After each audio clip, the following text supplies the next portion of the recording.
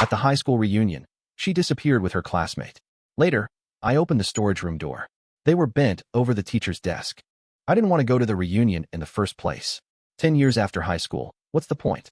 Most of the people I knew back then had either vanished into mediocre lives or were waiting for this night to flex like they'd become something extraordinary. Still, Claire wanted to go. She insisted it would be fun, a night of nostalgia, a chance to laugh about the past. So I agreed. That was my first mistake. The old gym hadn't changed much. Same squeaky floorboards, same smell of sweat mixed with disinfectant, though now someone had tried to mask it with rented lights and a cheap DJ. Banners hung from the ceiling, reminding us that once upon a time we were the class of 2013, full of promise and fake confidence. I watched my classmates hug each other, some drunk already, others parading their kids on phone screens or bragging about careers. I kept to the bar at the side of the gym, sipping watered-down rum and Coke, nodding politely whenever someone remembered my name. Claire was in her element. She looked stunning in a red dress, the kind that hugged her figure in all the ways I didn't deserve. People swarmed her, old friends and half-forgotten rivals. She glowed under the attention. She had that easy smile, that laugh that carried, and I was just the man on her arm. I didn't mind at first. Let her have her fun. But then she started disappearing. First to the bathroom, then to say hi to someone on the other side of the gym, then out into the hallway to catch up in private. Each time I told myself not to overthink it. It was a reunion, not a prison. But there was a rhythm to her vanishing acts, a kind of pattern that started gnawing at me. I lost sight of her for the third time when I was talking to an old classmate, Tyler. He was drunk, slurring, bragging about a car dealership he ran. Then he leaned in, lowered his voice, and said, "Funny, huh? Seeing Claire back with Ryan tonight. Feels like high school all over again." The words hit like a slap. "Back with Ryan?" I asked. Tyler blinked at me. "You didn't know? They dated back in junior year. I saw them heading down the east hallway a few minutes ago." Guess history repeats itself. I forced a laugh, but inside my chest tightened. Ryan Cole. Of course. The guy every teacher adored for his fake charm. The guy who slept his way through prom dates and bragged about it. The guy Claire had never once mentioned to me. My stomach twisted. I excused myself, walked fast through the gym, pushing past conversations and hugs. The east hallway was darker, quieter. Old trophy cases lined the walls. Dust settled on forgotten plaques. My shoes echoed as I moved. I tried doors one by one, locked classrooms, empty offices. My pulse thudded in my ears. Then I reached the storage room, the one where the janitors used to keep spare desks and boxes of textbooks. The handle was warm. I heard muffled sounds from inside. A low laugh. A whisper. A soft thud. I didn't knock. I turned the handle and shoved the door open. The smell hit me first. Sweat, alcohol, dust. Then my eyes adjusted to the dim light of a single bulb overhead. And there they were. Claire bent forward over the old wooden desk, her hair falling into her face, dress bunched around her waist. Ryan behind her, shirt half off, his grin wide and arrogant. They froze when the door slammed against the wall. For a second, nobody moved. The sound of my heartbeat drowned out everything. I couldn't breathe. I couldn't speak. I just stood there, staring, as if my brain needed extra time to process what my eyes had already seen. Claire whipped around, face pale, mouth opening and closing without words. Ryan didn't flinch. He leaned back against the desk, pulling up his pants casually, like I was just an inconvenient interruption. He smirked at me, that same smirk he'd worn in high school whenever he got away with something. "Jason," Claire finally managed, her voice trembling. "It's not. Don't," I snapped. The word came out like a growl. "Don't you dare." The rage boiled up before I could stop it. I lunged at Ryan, grabbing his shirt, slamming him against the wall of stacked chairs. The metal rattled and clanged. He laughed. Actually laughed, even as I shoved him harder. "Relax, man," he said. "You weren't supposed to find out like this." That laugh broke something in me. I pulled back and punched him. My fist connected with his jaw, the impact sending pain shooting up my arm. He stumbled, cursed, but still wore that smug grin. Claire screamed my name, trying to pull me off him, but I shoved her hand away. "You piece of garbage," I shouted. "You think this is a joke?" He spat blood onto the floor, shrugged. What can I say? She came to me, just like old times. That line cut deeper than the punch. My stomach flipped. Old times. She had chosen him before. And now again. I wanted to hit him again, but footsteps pounded outside the door. The commotion had drawn people. Suddenly, classmates crowded the doorway, faces wide-eyed, phones already out. The scene burned into memory. Me with my fist raised, Ryan with his lip bleeding, Claire half-dressed, screaming for everyone to stop looking. Someone shouted, "Holy crap, they're in the storage room." Laughter and gasps filled the hallway. I heard the click of cameras, the whispers turning into shouts. Claire tried to cover herself, tried to plead. It's not what it looks like. Jason, please listen. But the crowd didn't care. The reunion had just delivered its biggest scandal. Ryan wiped his mouth, pointed at me, and said loudly, he should thank me. I'm doing him a favor. She never stopped wanting me. The hallway erupted. Gasps, nervous laughter, some people cheering the drama like it was entertainment. Phones kept recording. I looked at Claire, her face streaked with tears, mascara running, trying to explain to me while everyone watched. I didn't listen. I turned and walked straight through the crowd, their voices chasing me down the hall. People tried to stop me, tried to ask questions, but I pushed through, out into the cold night air. My chest heaved. My hands shook with leftover adrenaline. Behind me, I could still hear Claire screaming my name, begging, swearing, sobbing. And over it all, Ryan's laughter echoing through the hallway. That sound stuck with me more than anything else. I thought walking out of that storage room would be the hardest part. I figured the image of Claire bent over that desk, Ryan grinning like he'd won some prize, and the eruption of gasps from our classmates would be the memory that haunted me. But leaving wasn't the end of it. It was only the start. By the time I reached my car, my phone was vibrating nonstop in my pocket. I pulled it out, and the screen lit up with so many notifications it looked like a slot machine. Dozens of messages, new group chats I hadn't even been in before, random numbers texting me. I opened one without thinking and nearly dropped the phone. Someone had already uploaded a video.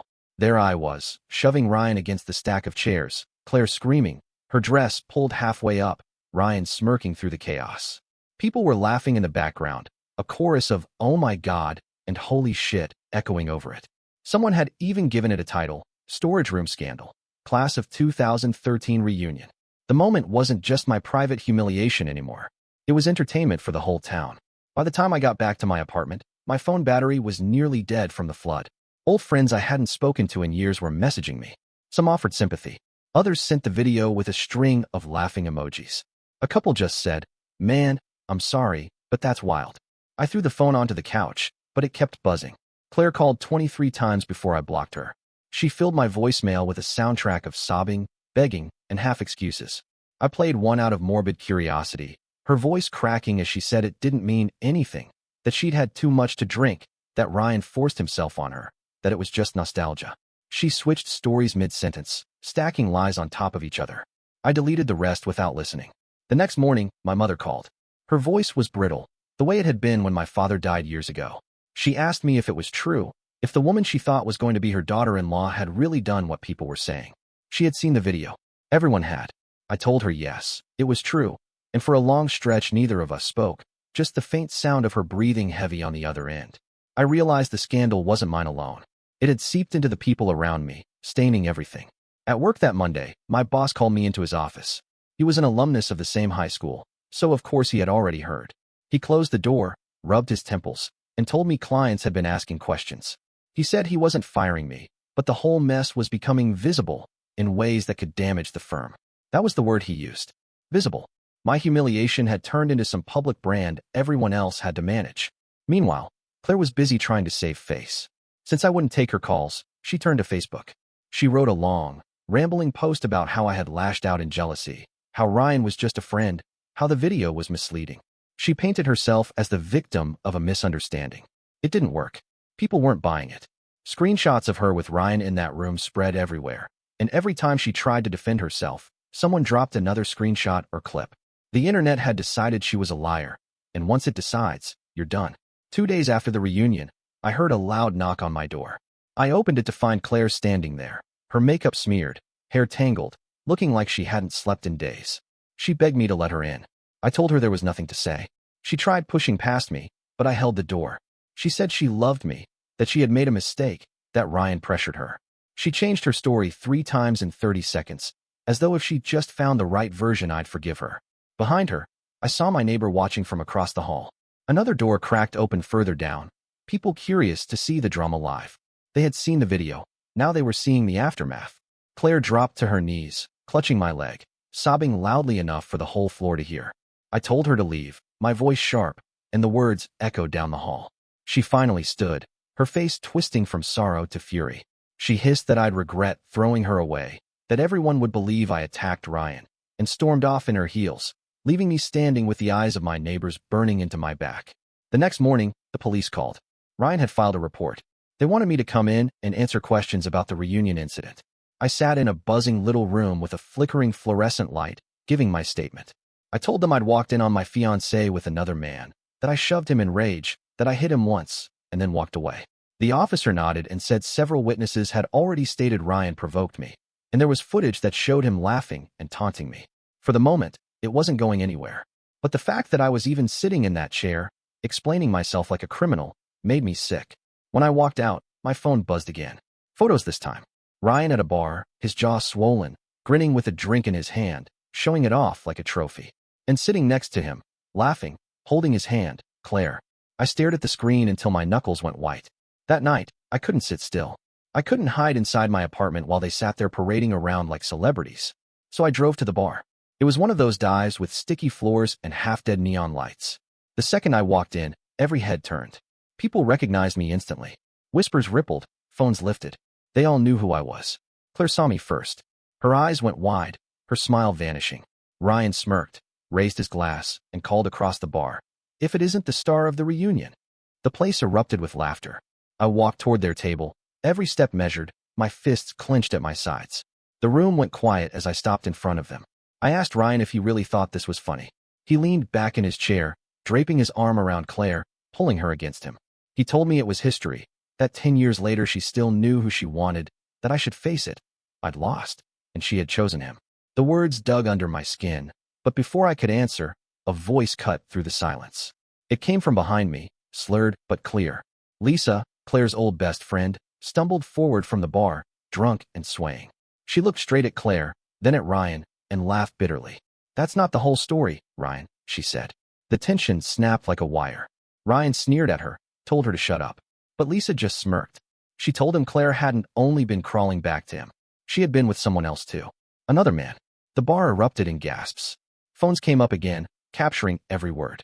Ryan's face twisted in confusion and anger. He stood, towering over Claire, demanding to know who. Claire stammered, her lips trembling, denying it weakly. But Lisa wasn't finished. She said she had seen Claire at a hotel last month, and it wasn't Ryan she was with. The silence that followed was deafening. Ryan turned on Claire, his fury boiling over, while she sat pale and speechless. The classmates who had been laughing a minute earlier now stared with wide eyes, caught between horror and fascination. And for the first time since the reunion, I didn't feel rage or shame. I felt a cold, steady satisfaction, watching the two of them start to tear each other apart under the weight of their own mess. When I walked out of that bar after Lisa's drunken revelation, I thought maybe, just maybe, things would finally start dying down. I had seen Ryan's face twist in shock, had watched Claire choke on her words while the crowd turned against her, and for the first time since the reunion, I felt like the weight wasn't all on me anymore. But scandals like this don't fade. They don't shrink. They feed themselves, grow bigger, spill into places you never expect. By the next morning, the story wasn't just about Claire and Ryan. The video of Lisa exposing her at the bar had made its way online. Someone had uploaded the entire thing. Me standing there, Ryan's smirk melting off his face, Lisa shouting that Claire had been with another man, and the eruption of the crowd. The clip spread faster than the storage room video. Strangers who didn't even know us were commenting, speculating, inventing theories about who the other guy might be. People turned it into a guessing game, tagging old classmates, dragging names into it. My phone wouldn't stop buzzing. Some classmates messaged me, apologizing that I had been dragged into something so insane. Others sent screenshots of the bar video, adding comments like, "Bro, you won this round," as if it was some kind of sport. A few strangers even followed me on social media, sending me messages that were a mix of sympathy and entertainment, people treating my ruined engagement like binge-worthy reality TV. Ryan, of course, didn't take it quietly. That night, someone sent me a clip of him live streaming from his car, raging about how Claire had lied to him too, calling her names, saying she was trash, accusing her of stringing both of us along. He looked drunk, shouting into his phone, demanding people pick sides. It would have been laughable if it wasn't my life at the center of the spectacle. Claire didn't disappear either. She tried to clap back online, making her own video, crying into the camera about how she had been betrayed by friends and humiliated by people she trusted. She didn't mention me. Not once. She painted herself as the victim of gossip, claiming Lisa was jealous, claiming Ryan was toxic, claiming the whole story was blown out of proportion. But every time she opened her mouth, someone dropped another clip, another screenshot, Another piece of evidence that made her look like a liar. The internet had decided, and it wasn't in her favor. The whispers reached everywhere. At work, I overheard two coworkers in the break room arguing about whether Claire had cheated with 2 guys or 3. They shut up when they noticed me walk in, but their faces said enough. Even my boss couldn't ignore it anymore. He called me back into his office and told me, gently but firmly, that clients were uncomfortable being associated with someone embroiled in scandal. I wasn't fired, not directly, but I was told to take extended leave, which, in professional language, meant don't come back. Losing my job should have been the lowest point, but it wasn't. The lowest point came when I went out to grab food one night and saw my own face on a flyer taped to a street lamp. Someone had printed stills from the storage room video and made a meme out of it, plastering it around town. Under my photo, bold letters read, "Reunion Champion, walked in on his girl." I stood there staring at it, numb, while people walking by chuckled. The humiliation should have destroyed me. And maybe it was. But something inside me shifted. I realized I wasn't the only one being dragged. Ryan was unraveling. Claire was unraveling. And the more they clawed at each other, the more the spotlight moved off me. The breaking point came a few nights later at another bar. This time, I hadn't planned to be there. A friend texted me, said I needed to come, said I wouldn't believe it. Against my better judgment, I went. When I walked in, I saw Ryan first. He was drunk, standing on a chair, shouting to anyone who would listen. His jaw was still swollen, and he kept pointing at it, telling the crowd how he'd taken a punch, like a man. People weren't impressed. They were laughing at him, mocking him. Claire sat at a table in the corner, makeup smeared, glaring at him with hatred. Ryan saw me and immediately started yelling. He called me names, told the bar I was pathetic, that I couldn't handle losing, that I was nothing compared to him. I didn't move. I just stood there, letting him dig his own grave. Then, out of nowhere, Claire stood up, marched over to him, and slapped him across the face. The sound cracked through the bar, silencing the laughter. "You ruined my life," she screamed at him, loud enough for the whole place to hear. "You promised me we'd be together, that it would all work out. And now look at this. Everyone hates me because of you." Ryan stumbled, shocked, then tried to grab her arm. She yanked away, shouting that he had used her, that he had convinced her to risk everything just for him to gloat. The crowd watched, phones out, recording every second. I should have left then. I should have walked out and let them implode. But I stayed. Maybe I wanted to see how far they would sink. Maybe I wanted proof that I wasn't the fool here. They were. Ryan shouted back, calling her a liar, telling everyone she had been cheating on him with someone else, that she was never faithful. Claire screamed that he was making it up, that he was just bitter because she didn't want him anymore. The argument spiraled until Claire grabbed a drink from a nearby table and threw it in his face. Ryan lunged at her, and people jumped in to pull them apart. In the chaos, someone shouted, "This is better than the reunion." Laughter roared through the bar, drowning out their fight. I slipped out before the police arrived. The next morning, the videos were everywhere. Clips of Claire slapping Ryan. Clips of him screaming at her. Memes with captions like, "Storage Room, Part 2, Barroom Brawl." The internet wasn't letting this die. And for once, I wasn't the one at the center. It was them. Their humiliation was feeding the machine now. Still, it wasn't over. Claire tried one last time to spin the story. She posted a long rant about how Ryan had manipulated her, how I had abandoned her, how Lisa had betrayed her. She said she was the victim of a conspiracy, but her words were drowned in a flood of comments calling her a liar, a cheater, a joke. Ryan tried too, making another drunken live stream, but by then no one cared. He wasn't the villain anymore. He was the clown. I should have felt victorious, but all I felt was empty. I had lost my fiancé, my job, my dignity. Even though the spotlight had shifted, the wreckage of my life was still there. Every time I closed my eyes, I saw that storage room, that desk, Ryan's smirk. Every time I opened my phone, there was another reminder. And yet, deep down, a strange calm started to grow. For the first time in weeks, I wasn't the one scrambling. They were. Claire was burning bridges faster than she could rebuild them. Ryan was losing whatever shred of reputation he had left. And I was standing still, watching them collapse under their own weight. People started reaching out, not to mock me this time, but to tell me they admired how I hadn't exploded publicly, how I had carried myself with restraint while the two of them embarrassed themselves. That word spread too. Soon, the story wasn't just about betrayal. It was about how I had survived it. I didn't plan revenge. I didn't need to. The chaos took care of that for me.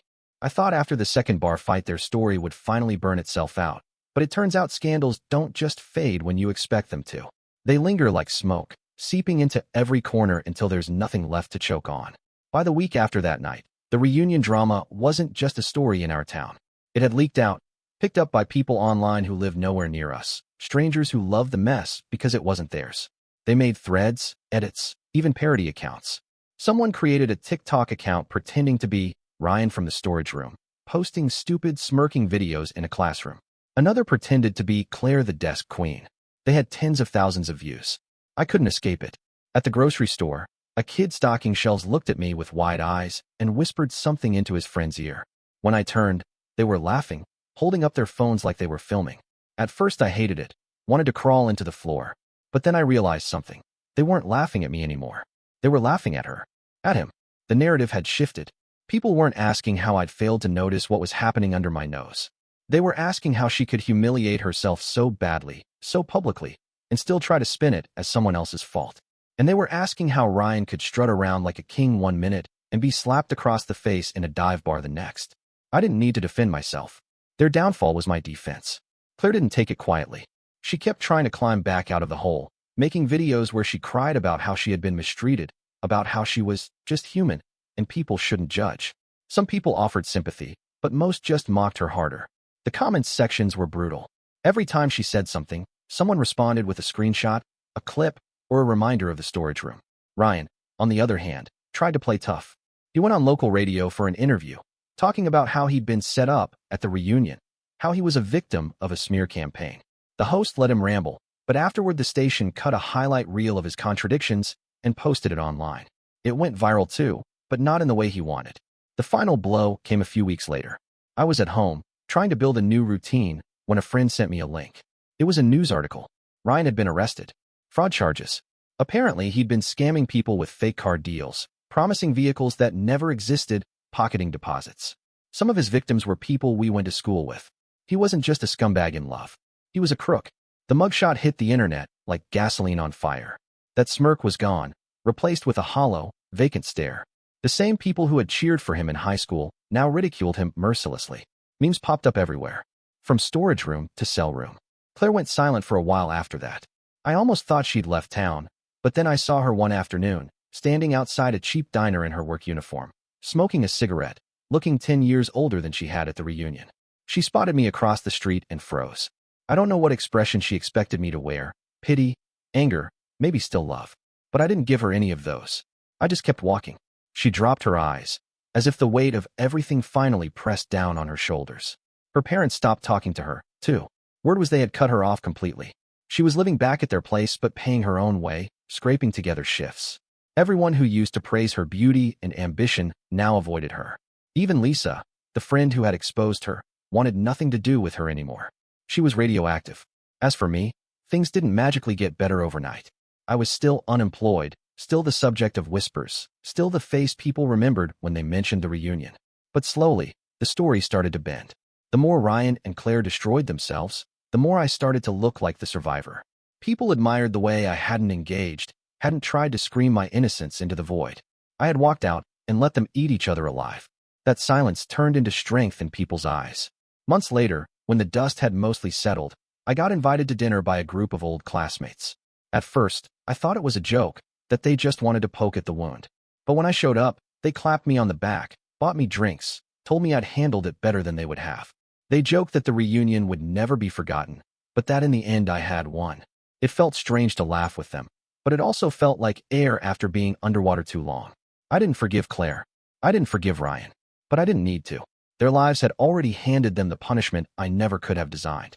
He was rotting in a cell, a fraud exposed. She was stuck in the same town, the same streets, with everyone pointing at her as the girl who had ruined herself for nothing. And me? I rebuilt. Slowly. I found another job in a different city. I moved away from the streets that carried too many whispers. I started dating again, cautiously, with scars I didn't bother hiding. I told the truth to the ones who asked, and strangely, that truth didn't repel them.